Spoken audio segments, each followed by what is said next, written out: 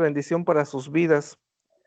Y bien, hermanos, pues todo esto pues hecho con amor para ustedes, para la honra y gloria de nuestro Dios. Y voy a invitarles a que cierren sus ojos. Vamos a orar. Bendito Dios, te damos gracias porque sé que tú eres misericordioso, Señor, y Padre, en tu amor y en tu cuidado, tú nos permites estar estudiando tu palabra. Perdona nuestros pecados, perdona nuestras ofensas, Señor. Dirige tú nuestras vidas, Señor. Sabemos, Padre, que no merecemos tu misericordia y tu amor, pero tú en ese amor tan grande y en esa misericordia eterna nos permites estar aquí reunidos. Gracias por tu amor en Cristo Jesús. Amén. Bueno, el día de hoy, hermanos, el tema que vamos a ver es en Marcos 9, de los versículos 1 al 13, y es una patria celestial. Este tema lo he titulado así, porque, bueno, en algunas ocasiones nosotros hemos querido ir a viajar a algún lugar turístico, siempre queremos darle un vistazo hacia dónde vamos. Checamos los hoteles, checamos en qué vamos a llegar, cómo vamos a llegar, qué va a haber allá. Todo eso nosotros lo preparamos para que de esa manera, pues nos animamos aún más, ¿no? Vemos, le echamos un vistazo a ese destino al que nosotros nos vamos a dirigir. Hubo una ocasión en que yo también eché un vistazo a mi destino. Quiero compartirles esto. Fuimos a la ciudad de Jalapa a una reunión de presbiterio. Y este es el hotel, hermanos, en el que nos hospedamos. Ustedes van a decir, ay, qué bonito se ve el hotel, se ve muy fresco, muy bonito, bien pintadito. La verdad, hermanos, es que solamente se quedó en la foto, porque cuando llegamos al hotel, el hotel estaba despintado, estaba en malas condiciones y pues como ya estábamos reservados y salimos tarde de la reunión, pues no podíamos buscar otro lugar y tuvimos que quedarnos ahí. La verdad es que sí fue una sorpresa medio desagradable, pero no sucede esto, hermanos, en cuanto al vistazo que el Dios nos da a través de la Escritura hacia el lugar a donde nosotros nos dirigimos. Nosotros sabemos y entendemos que iremos a la presencia de Dios cuando nosotros muramos, porque en Cristo somos salvos. Eh, Así que Dios prepara algunas cosas en su palabra, algunas partes en donde Él nos muestra parte de esa gloria, donde nos permite echar un pequeño vistazo para animarnos a seguir adelante en nuestra vida cristiana. La cita que vamos a ver el día de hoy es Marcos 9 y quisiera darle una lectura rápida. Dice, 6 días después, Jesús llevó a Pedro, a Santiago y a Juan a una montaña alta donde estaban solos. Allí frente a ellos Jesús se transformó, su ropa brilló y se puso más blanca que el blanco más puro. Estaba tan blanca como ningún lavadero en el mundo podría blanquearla. Y se le aparecieron Moisés y Elías, hablando con Jesús. Y Pedro le dijo a Jesús, Maestro, qué bueno que estamos aquí. Permítenos hacer 3 chozas, una para ti, otra para Moisés y otra para Elías. Pedro no sabía lo que estaba diciendo porque él y los otros 2 seguidores estaban muy asustados. Entonces una nube los envolvió y desde la nube se escuchó una voz que les dijo, este es mi hijo amado, escúchenlo. De repente miraron a todos lados, pero ya no vieron a nadie, solo Jesús estaba con ellos. Cuando estaba bajando de la montaña, Jesús les ordenó que no comentaran nada de lo que había visto hasta que el Hijo del Hombre resucitara de entre los muertos. Ellos guardaron el secreto, pero discutían entre ellos qué significaría eso de resucitar de entre los muertos. Bien, esta es la cita bíblica, hermanos, y la primera cuestión aquí que vamos a entender, hermanos, es que Jesús llevó a Pedro, a Santiago y a Juan a una montaña alta y la frase o las palabras que aquí me llaman mucho la atención es donde estaban solos. ¿Por qué donde estaban solos? Siempre Jesús se apartaba, hermanos, aprovechaba, encontraba dentro de todos los quehaceres que él tenía, porque Jesús era un hombre muy ocupado. Si ustedes recordarán, mucha gente le buscaba, todos llevaban a sus enfermos, todos querían ser sanados, todos querían que les quitaran los demonios. Y en esa ocupación tan grande, en ese, en ese, eh, en ese día tan pesado, Jesús siempre encontraba un espacio para poder estar a solas. Y es aprovechar ese tiempo a solas para estar con Dios. Un tiempo en el que él oraba, un tiempo en el que él platicaba con el Padre, a lo mejor platicaba de su día, platicaba de lo que estaban haciendo, de cómo se sentiría. Pero en esta ocasión, Jesús, que siempre estaba en pro de enseñarle a sus discípulos, jala a tres de ellos, a Pedro, Santiago y a Juan. Hay dos maneras de entender por qué llamó a estos tres discípulos.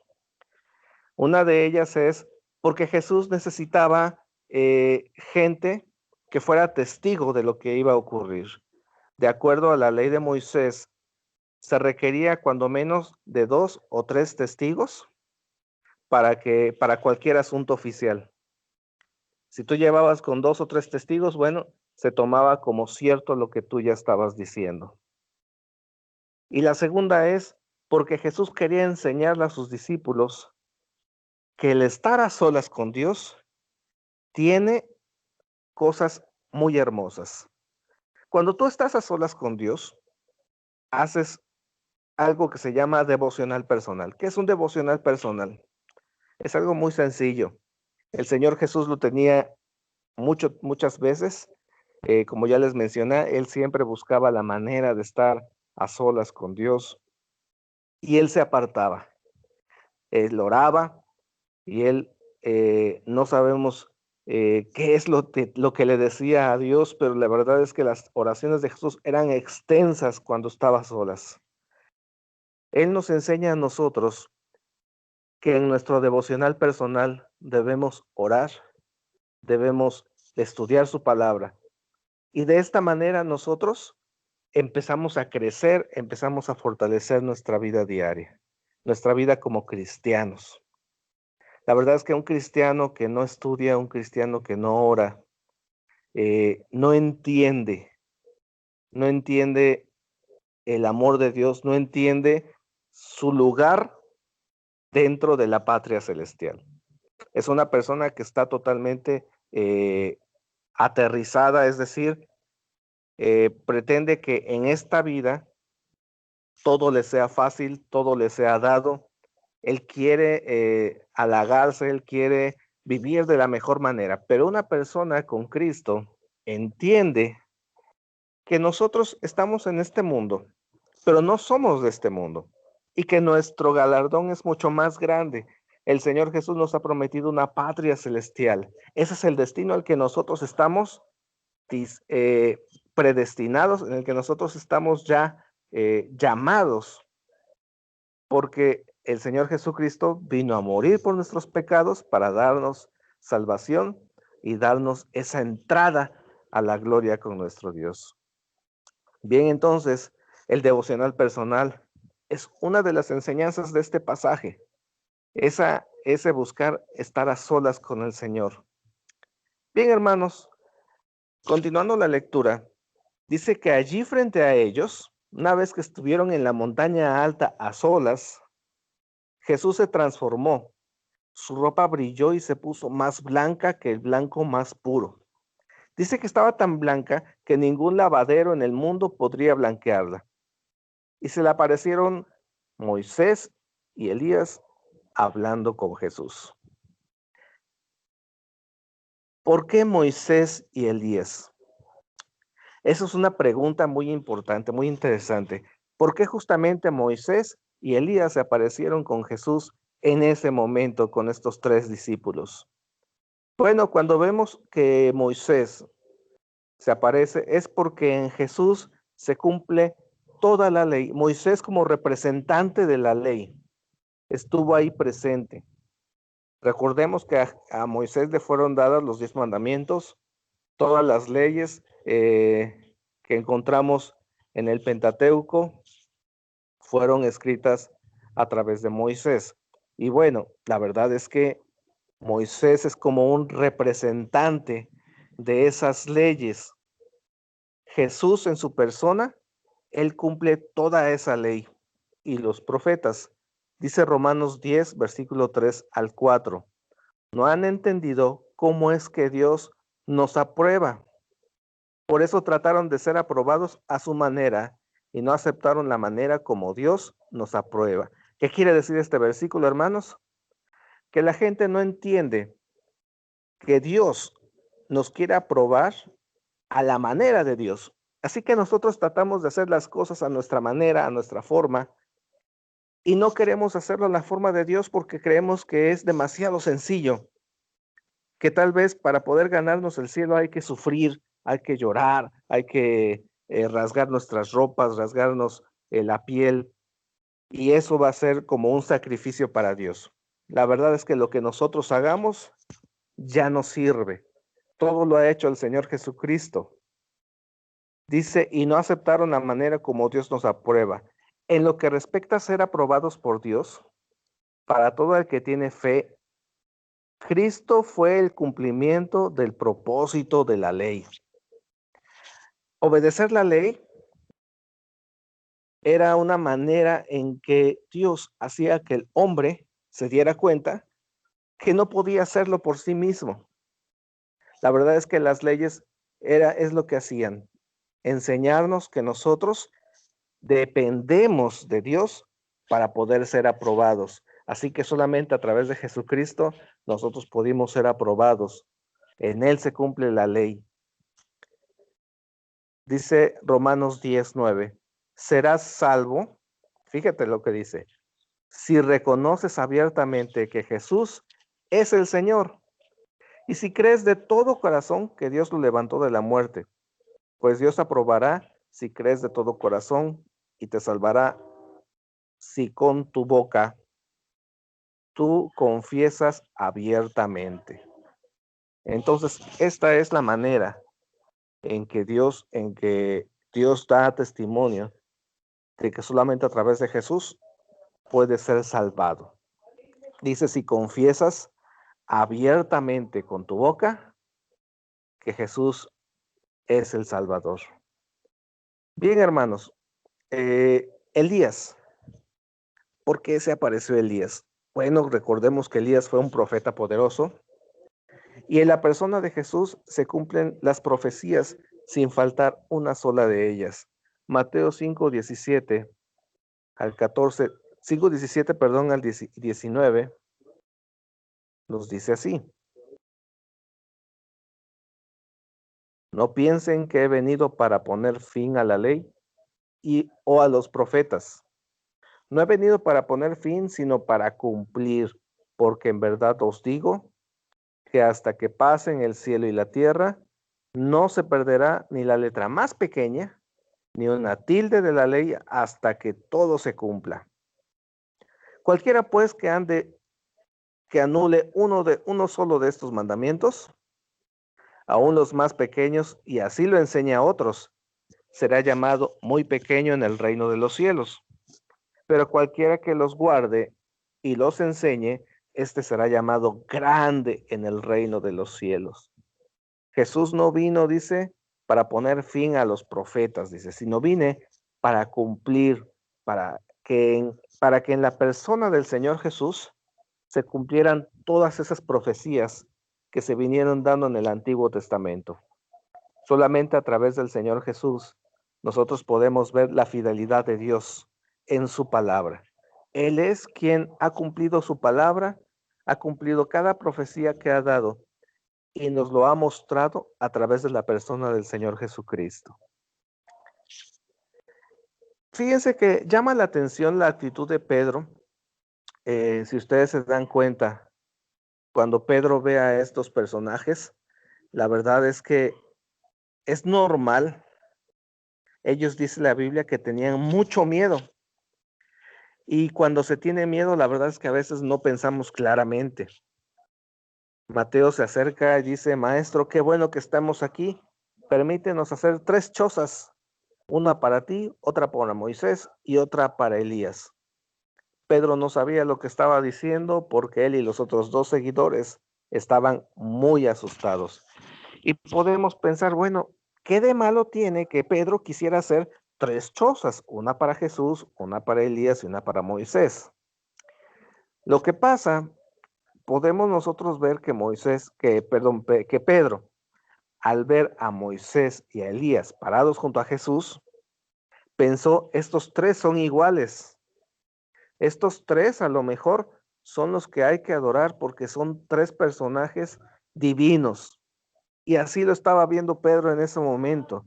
Estaba poniendo al mismo rango a Elías y a Moisés. Entonces de esa manera pues no se podía.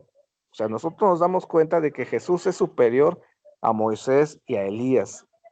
Así que, ¿qué pasa cuando esto dice Pedro?